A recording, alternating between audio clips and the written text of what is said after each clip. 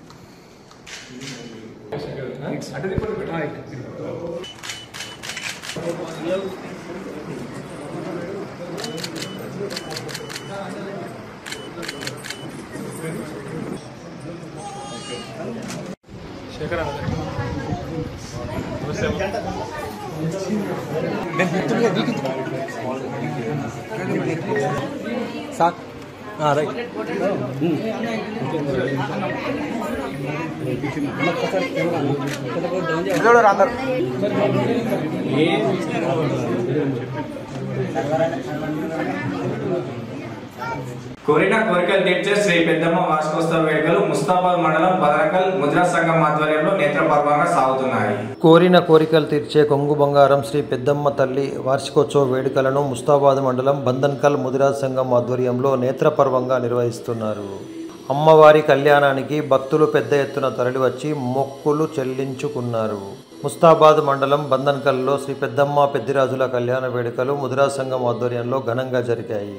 3 రోజుల పాటు వైభవంగా నిర్వహిస్తున్న వార్షికోత్సవ వేడుకలకు మాజీ మంత్రి సిరిసిల్ల శాసనసభ్యుడు కల్వకుంట్ల తారక రామారావుతో పాటు నాస్ క్యాబ్ చైర్మన్ కొండూరు రవీందర్రావు, కాంగ్రెస్ మండల అధ్యక్షుడు ఎల్ల బాలరెడ్డి, పోతుగల్ సహకార సంఘం చైర్మన్ తన్నీరు బాబురావుతో పాటు పలువురు ముఖ్య అతిథులుగా హాజరయ్యారు.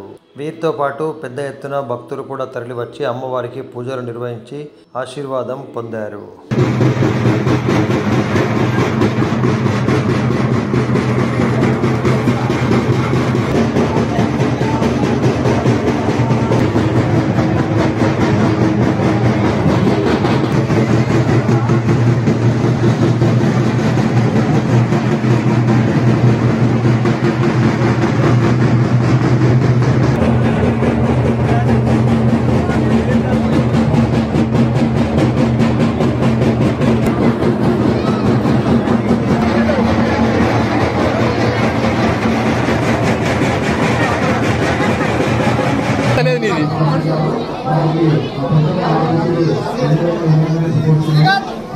నాగనా గిడిదు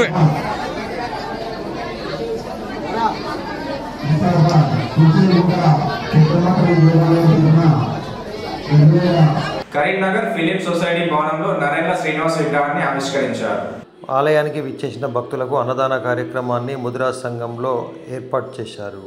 కరీంనగర్ ఫిలిం సొసైటీ భవనంలో నరేట్ల శ్రీనివాస్ విగ్రహాన్ని శుక్రవారం రోజున మంత్రి పొన్నం ప్రభాకర్ చేతుల మీదుగా ఆవిష్కరించారు. ఫిలిం సొసైటీ భవనంలో జరిగిన నరేట్ల శ్రీనివాస్ విగ్రహ ఆవిష్కరణ కార్యక్రమానికి మంత్రి పొన్నంతో పాటు జిల్లా collector Pamela Satpathy, film society అధ్యక్షులు పొన్నం రవిచంద్ర హాజరయ్యారు.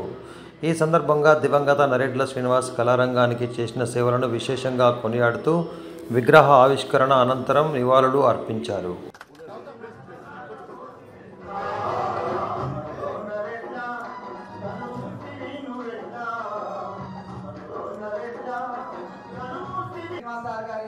కొంతమంది వారి సన్నిహితులు ఇక్కడ మాట్లాడడానికి ఒక విషయం చేశారు మేడం.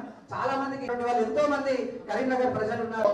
పైన ఒక మంచి దిశ కాదు అనేక ఏళ్ల తరబడి సాహసం చేసేటువంటి అవకాశం దొరికింది. అందుకే ఇవాళ నిబద్ధతతోటి ఎవరి తోటి ఒక ఆరోపణ కానీ ఎటువంటి విమర్శ కూడా పడేటువంటి అవకాశం లేకుండా మరి బాధ్యతలు నిర్వహించిన సందర్భంలో అనేక సందర్భాల్లో ప్రజలు అవకాశం ఆశీర్వదనం ఇస్తా ఉన్నారు.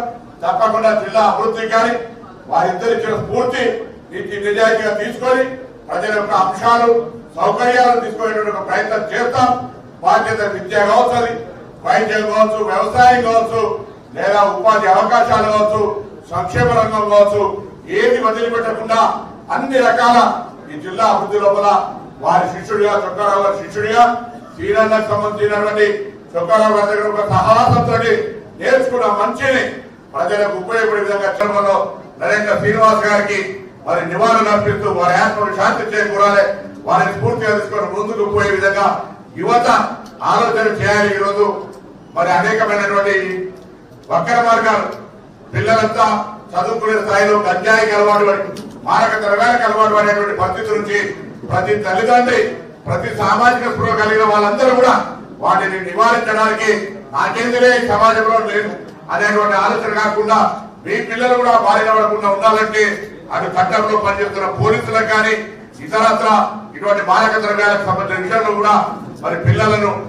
నివారించే ప్రయత్నంలో అందరూ భాగస్వాములు కావాలని సందర్భంలో కోరుతూ మరొకసారి అందరికీ నమస్కారం. మద్యం తాగి వాహనాలు నడిపితే చట్టరీత్యా చర్యలు తప్పవని సిరిసిల్ల ట్రాఫిక్ ఎస్ఐ దిలీప్ పేర్కొన్నారు.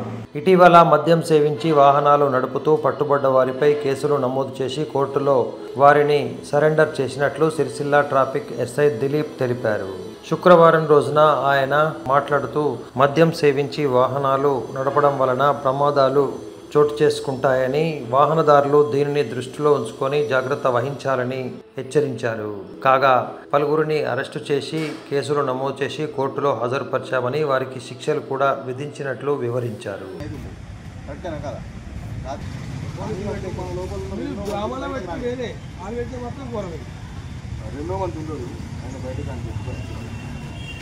హీరో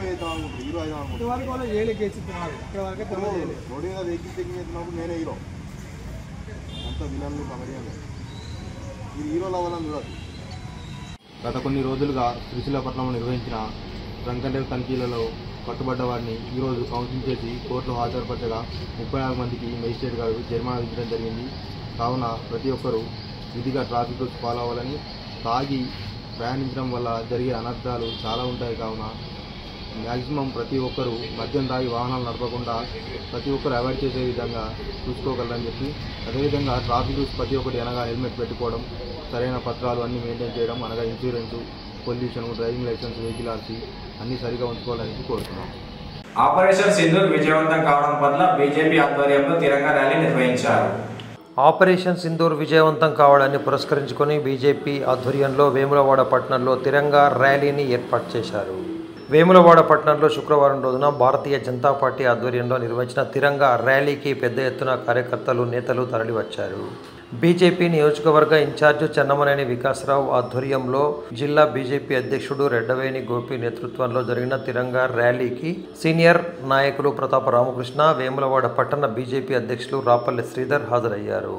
స్థానిక భీమేశ్వర ఆలయం నుండి అమరవీరుల స్తూపం వరకు జరిగిన తిరంగా ర్యాలీ సందర్భంగా భారత్ మాతాకి జై, జై జవాన్, జై కిసాన్ నినాదాలతో హోరెత్తిస్తూ జాతీయ జెండాలు చేతబూని సాగిపోయారు.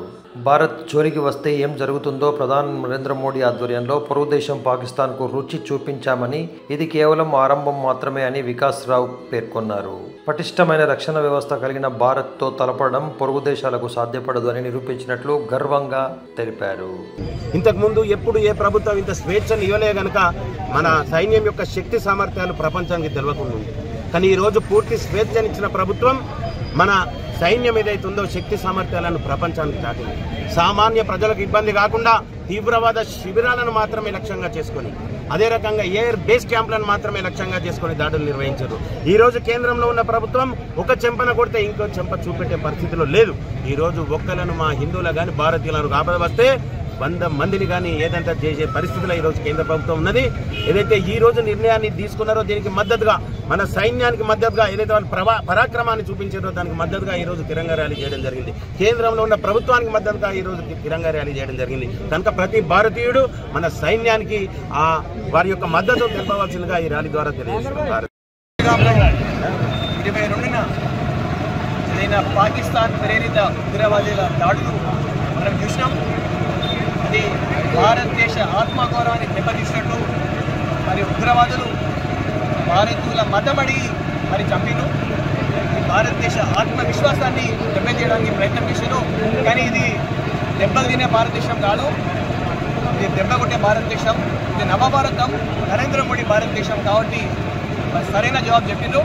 మొదలు మరి వారి ఉగ్ర స్థావరాలు 9 పాకిస్తాన్ టెర్రరిస్ట్ ట్రైనింగ్ సెంటర్స్ని వాళ్ళు టార్గెట్ చేశారు. తర్వాత పాకిస్తాన్ ఇంకా బుద్ధి రాలే, తిరిగి మనపై దాడి చేస్తే దాదాపు 20% పాకిస్తాన్ ఎయిర్ ఫోర్స్ బేసెస్ని మరి డిస్ట్రాయ్ చేసే భారతదేశం మరి ప్రపంచానికి చెప్పింది. భారతదేశానికి టచ్ చేస్తే ఉగ్రవాదులు అటాక్ చేసినా మేము పాకిస్తాన్పై దాడి చేస్తామని నిర్మోహమాటంగా ఒక సంకేతం ఇచ్చింది. ఉగ్రవాదం అనేది స్టేట్ స్పాన్సర్, పాకిస్తాన్ ప్రేరిత ఉగ్రవాదం. ఇవి ఈనాటి న్యూస్. తిరిగి ప్రసారమయ్యే వార్తల్లో మళ్ళీ కలుసుకుందాం. మంత్రక్షులు నమస్కారం.